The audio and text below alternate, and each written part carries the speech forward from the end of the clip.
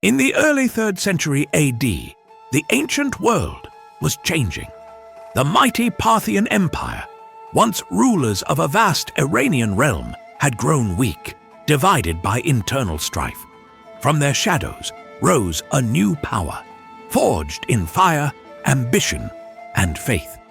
They called themselves the Sassanids, heirs of the ancient Achaemenids, and destined to build the last great Persian empire before Islam. Our story begins with Ardashir I, a local ruler from Persis, the old Persian heartland, today's Fars province in southern Iran. Born from the family of Sassan, a priestly noble, Ardashir dreamed not only of rebellion, but of revival, a rebirth of Persian greatness. After years of war against the Parthian kings, in 224 AD, he finally defeated Artabanus IV, the last Parthian ruler. From that moment, a new dynasty was born, the Sassanid Empire. Their capital, Ctesiphon, on the banks of the Tigris River, in the heart of Mesopotamia, modern-day Iraq.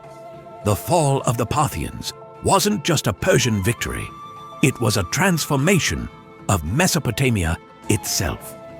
The new Sassanid kings marched west, crushing Parthian loyalists and claiming Babylonia, Adiabene, and the land between the rivers.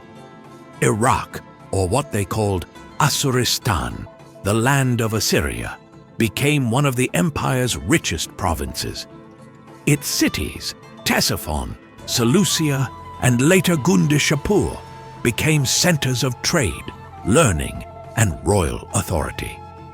Under Sassanid rule, Iraq became the beating heart of Persian administration.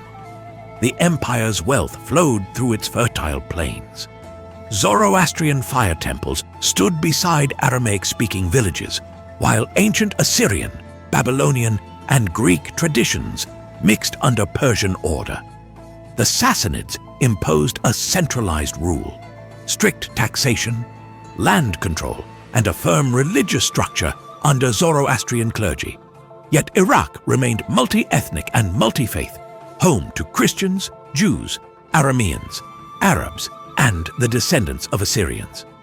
The first kings, Ardashir I and his son, Shapur I, expanded into Mesopotamia and beyond.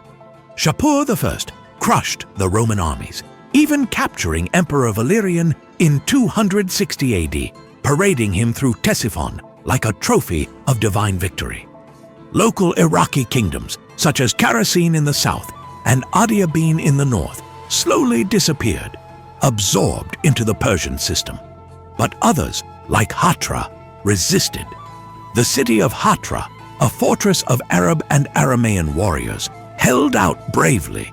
But Shapur I eventually brought it down, ending one of the last semi-independent Iraqi powers. While northern Iraq became firmly Persian, the Sassanids found new allies to guard their desert frontier. The Lakhmid Arabs of Al-Hira, near modern Najaf.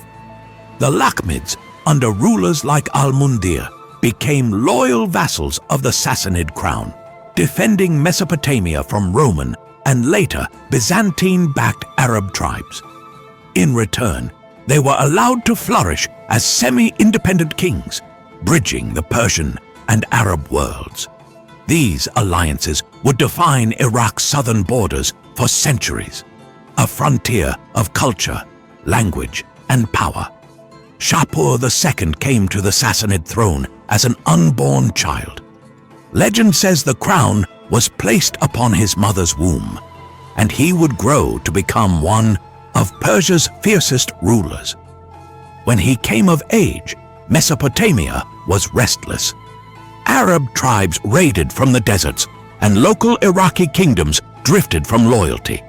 But Shapur II, called Shapur Dul Aktaf, the man with pierced shoulders, struck back with brutal precision. He led campaigns deep into Arab lands, crushing revolts from Al-Hira, Hatra's remnants, and tribes across the Euphrates plains. To secure Iraq, he resettled loyal Arab tribes inside Persian territory and fortified the desert frontier. Under his rule, Asōristān, Iraq, once again became the empire's shield. For generations, the Sassanid kings ruled Iraq as a jewel in their imperial crown. Under Khosrow I, Anushirvan, reforms brought order, justice, and prosperity.